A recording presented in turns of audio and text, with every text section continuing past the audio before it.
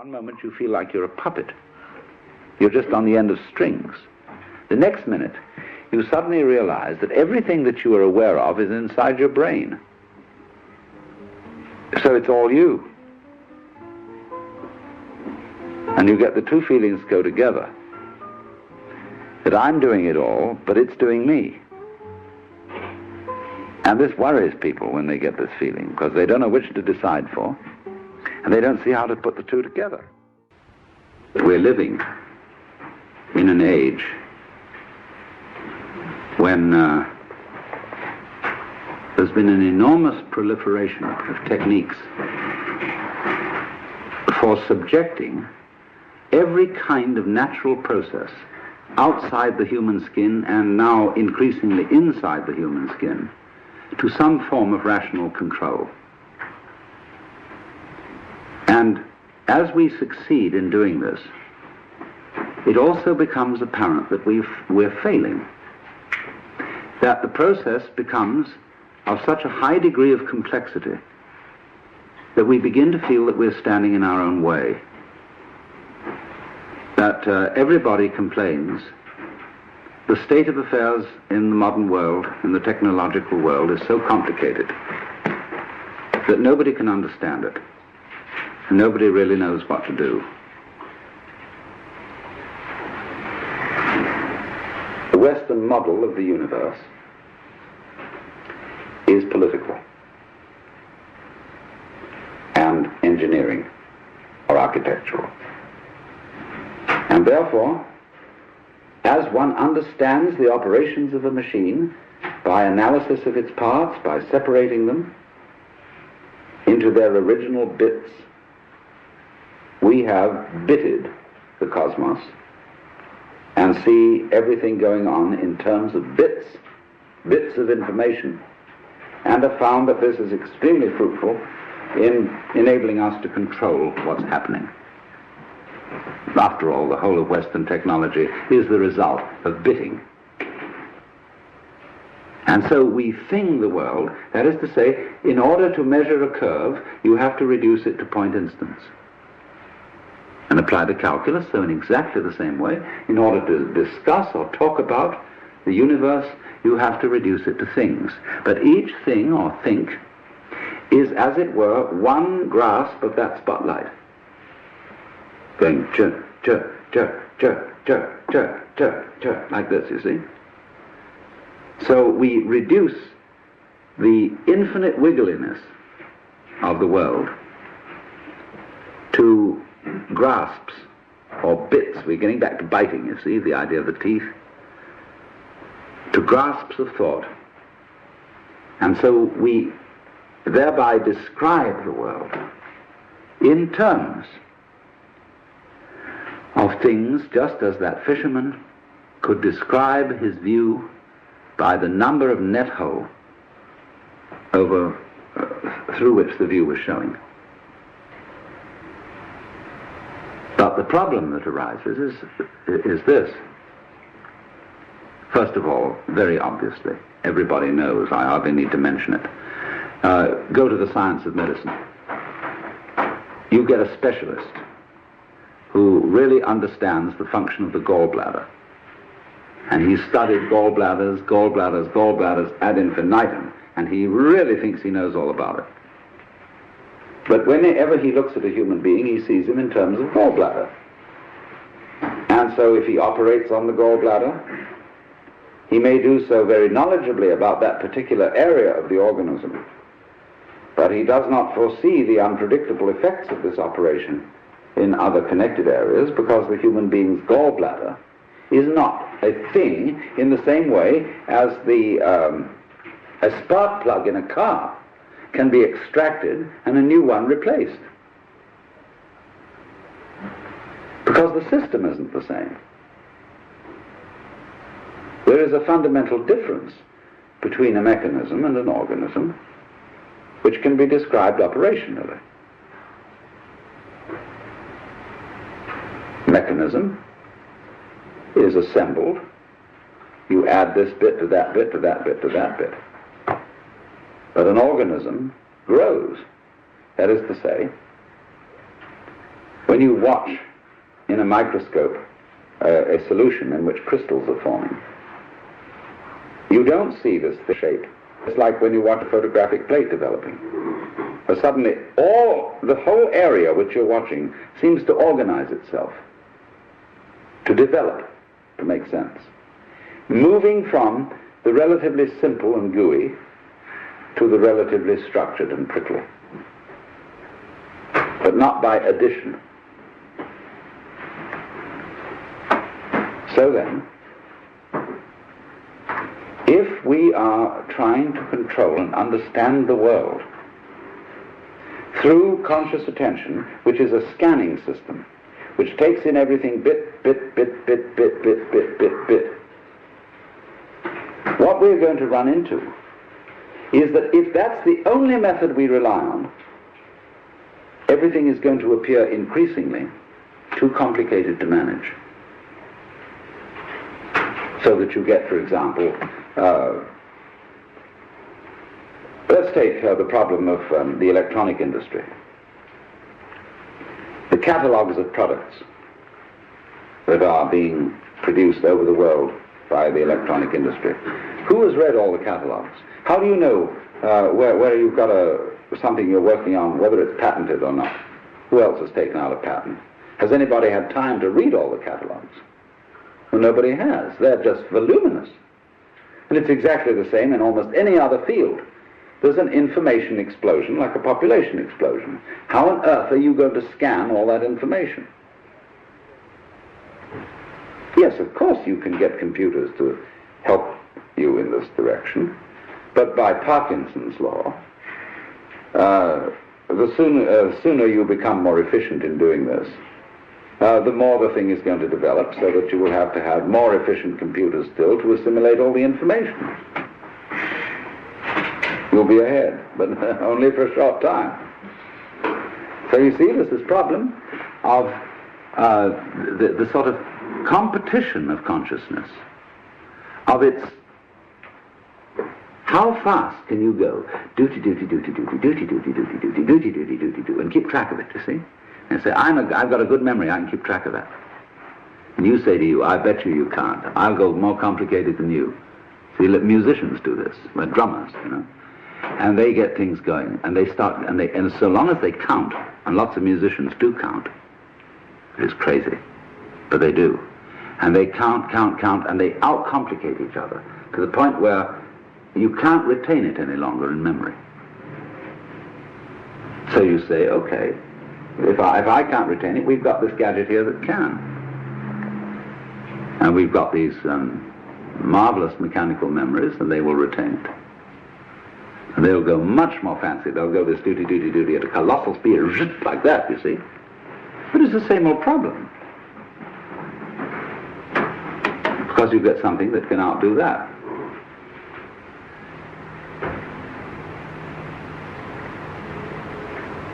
So we end up asking,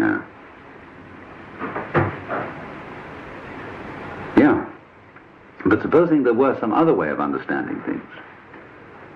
Let's go back from the spotlight to the floodlight, to the extraordinary capacity of the human nervous system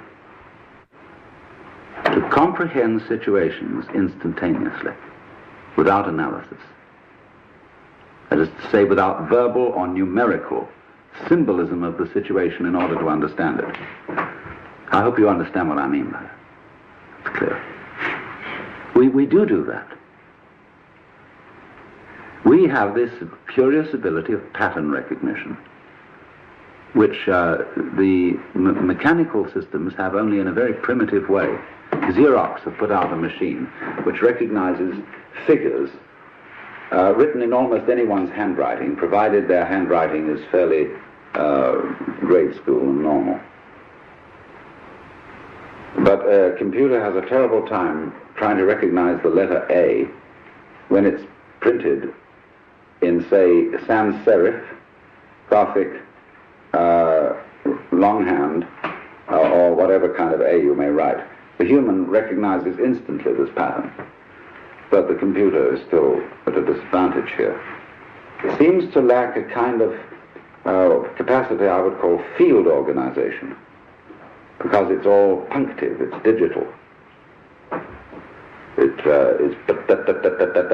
like a newspaper photograph, you know, which when you look at it under a microscope is all dots. Now, so the problem is this.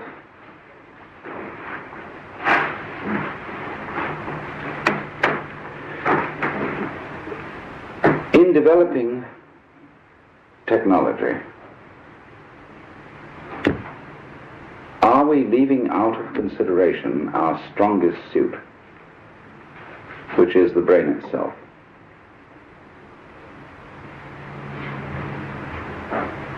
See, we are at a situation where the brain is still not really worked out by even the most competent neurologists.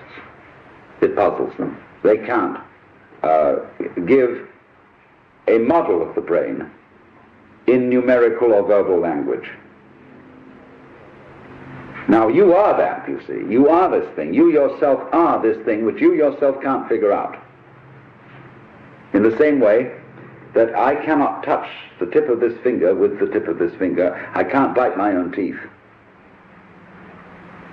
But I, who is attempting to touch the tip of this finger with this finger, am, by the sheer complexity of my structure, far more evolved than any system which I can imagine. This is, in a way, slightly akin to the Gödel theorem, that you can't have a system of, say, a logic which defines its own axioms.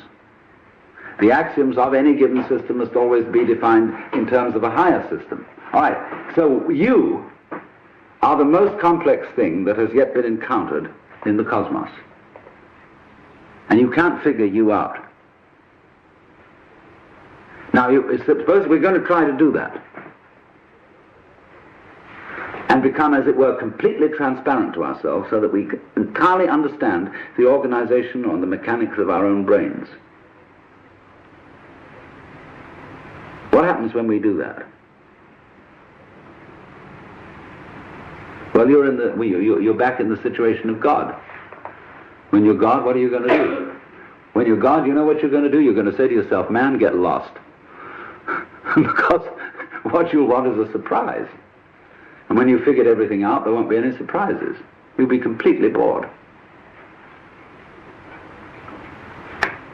But on the other hand,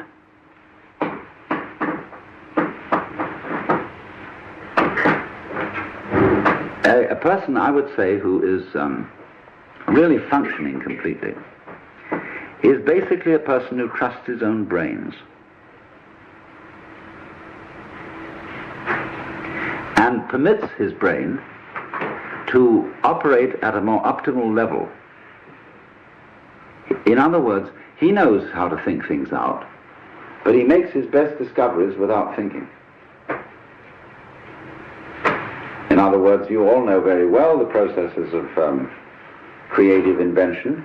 You've got a problem, you think it over, and you can't find out any answer to it because the digital system of thinking is too simple, too clumsy to deal with it. It's more complex. There are more variables than can be kept in mind at one time.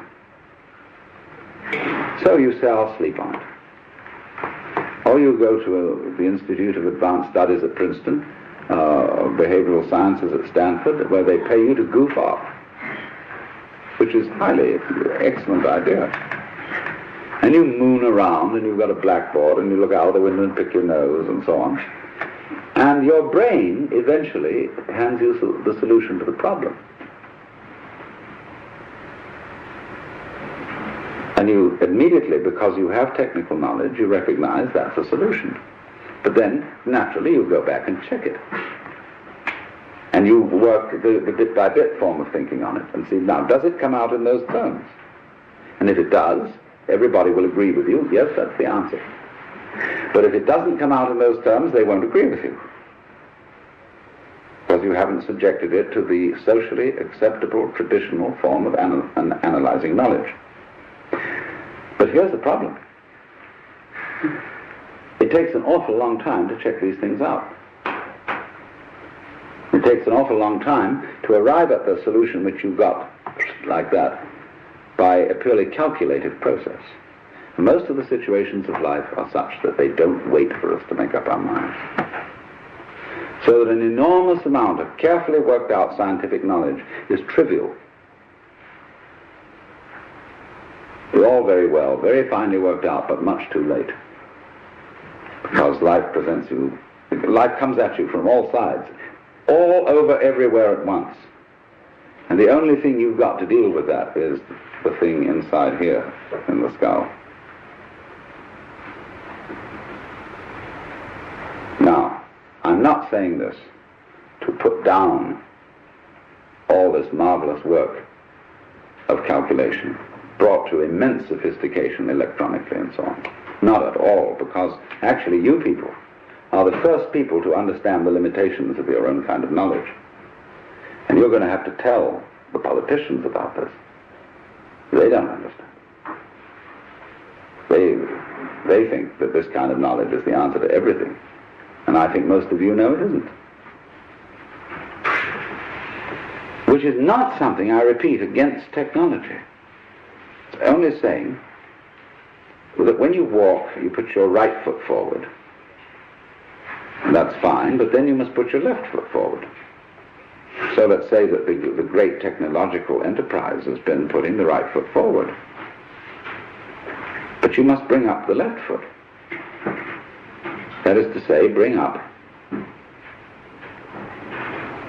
re-valuation and new respect for the organic type of organization, which is incomprehensible to technological thinking, but which always underlies it.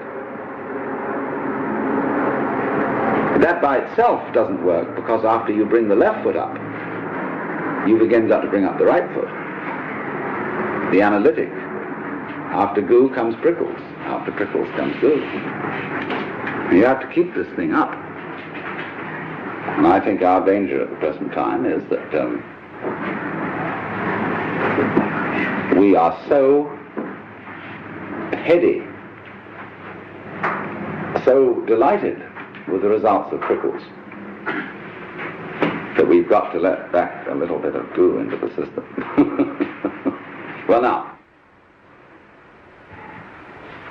what we've got to try and do is, I think, to work out a way of making the brain itself more efficient. And this is the thing that civilized education has neglected. Lynn White, to quote him again, used to say that the academic world today only values three kinds of intelligence: verbal intelligence, mnemonic intelligence, in other words, good at remembering, and computational intelligence. He said it entirely neglects kinesthetic intelligence, social intelligence, and he had at least 7 kinds of intelligence. I forget what they all were. But it is this extraordinary capacity of the neural organization, say, to engage in pattern recognition and in solving instantly certain complex problems without knowing how it does it. The trouble is, when you do something you don't know how to do, you've got a non-repeatable experiment, in a certain sense. In other words, you can't explain to someone else how to put it together. But you can do it like you can open and close your hand without any knowledge of physiology. Do it every time. Whoops, I don't know how I do it. I just do it, you see.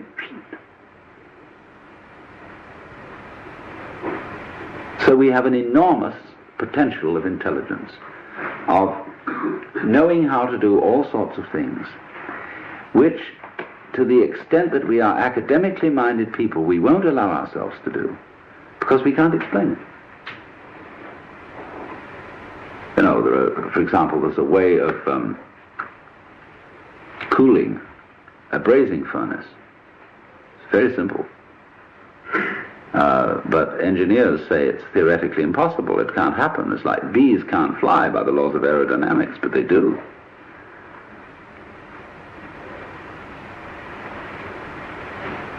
So the rather practical issue I come to is this, that technology, if it relies exclusively on linear thinking, is going to destroy the environment.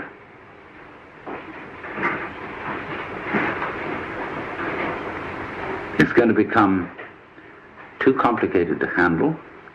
Man is going to be like the dinosaur, which had to have a brain in its head and a brain in its rump because it was so big. You know, the caveman kept a dinosaur, and when he went to bed at night, he'd clump it on the tail with a club, and it'd scream at 8 o'clock in the morning. Wake him up. And it seems to me we're getting into that kind of saurian situation with our technology, which is going to lead us to extinction. So the question is, are we going to foul things up by insisting on using linear input information and controlling it as the dominant tool of controlling the world? Or can we master all that as we have done and still use the linear input and analysis, but with a fundamental trust in our power to assimilate multiple input, although we really don't know how we do it? And my point is that you can't find an absolute which you can pin down, you see. So there always remains in any human operation the basic central thing, which you can't pin down because it's you. Just as the teeth can't bite themselves. Now the assumption of Judeo-Christian culture is that man in his nature is sinful and therefore can't be trusted.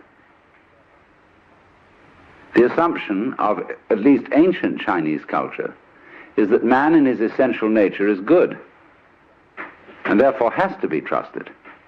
Because they say to us, if you can't trust your own basic nature, you can't really rely on the idea that you're untrustworthy. Therefore, you're hopelessly fouled up. So, this has amazing political and other consequences, this different assumption. If we say, no, we human beings are fallible and basically selfish and really fundamentally evil, and therefore we need law and order. We need a control system to put us in order. We thereby project these control systems into the church or into the police or into somebody who are really ourselves disguised. See, it's like daylight saving time. Everybody could simply get up an hour earlier. But instead of doing that, we alter the clock, because the clock is a kind of authority. And we say, well, the clock says it's time for you to get up. And the Amerindians laugh at the palefaces because they say, paleface, he doesn't know when he's hungry until he looks at his watch. And so in this way we become clock dominated. And the abstract system takes over from the physical, organic situation. And this is my big pitch, if I'm going to make a big pitch, is that we've run into a cultural situation where we've confused the symbol with the physical reality, the money with the wealth, and the menu with the dinner. And we're starving on eating menus.